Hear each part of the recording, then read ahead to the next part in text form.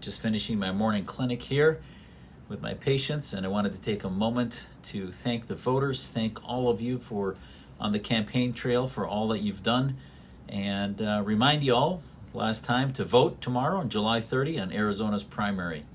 If you're Republican or Independent choosing to vote in our Republican ballot and you haven't voted, please come out to the polls tomorrow in Tempe, Mesa, Chandler, Ahwatukee, Phoenix, or Scottsdale in our 4th District and vote.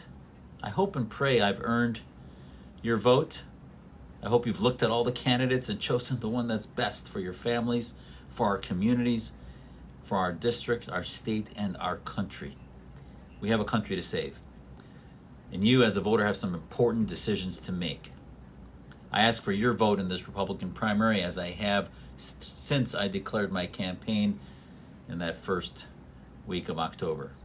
I ask for it because I can beat Greg Stanton.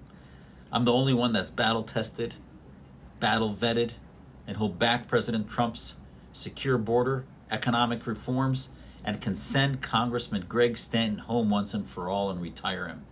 The titans of the conservative movement have supported me and endorsed me because I've earned their trust over time. From Charlie Kirk to Mark Levin, former Senator Jon Kyl, Hugh Hewitt, Glenn Beck, Sal DiCiccio, Hugh Hallman, and so many others. Our country is on fire. We're facing a crisis from our border to our classrooms to our wallet. Don't be mistaken, Greg Stanton is a literal empty suit with no national presence, no platform, and no engagement with our district. He can be beaten with the right candidate. Republicans have won this district as it's been redistricted since last cycle. And I've learned walking in our district and talking to every family I could how little support he has and how shallow the support that he does have is. This district is going to be on the map nationally as we are set to flip so many seats in the House and increase the Republican majority. Our district needs someone with the tone, tenor, character, and consistent conservatism and community roots that I believe I have. I have a history of standing consistently for conservative values and bringing together diverse communities and that serve the members of our community, as I have as a primary care physician for over 25 years. Radical leftist Greg Stanton no longer fits this district where 38% of voters are independent, 32% are Republican, with that registration increasing a lot just in the last few months and outpacing Democratic registration at 30%. I can speak to our voters in a direct, personal, and transparent way, as you've seen in this campaign, that disarms my opponents and can retire Greg Stanton.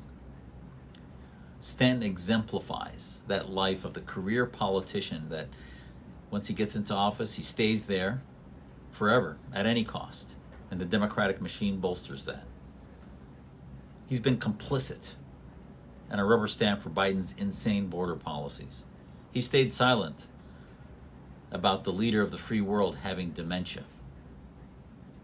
He has been weak on foreign policy and national security and has been the reason life and economies are just unaffordable for our families.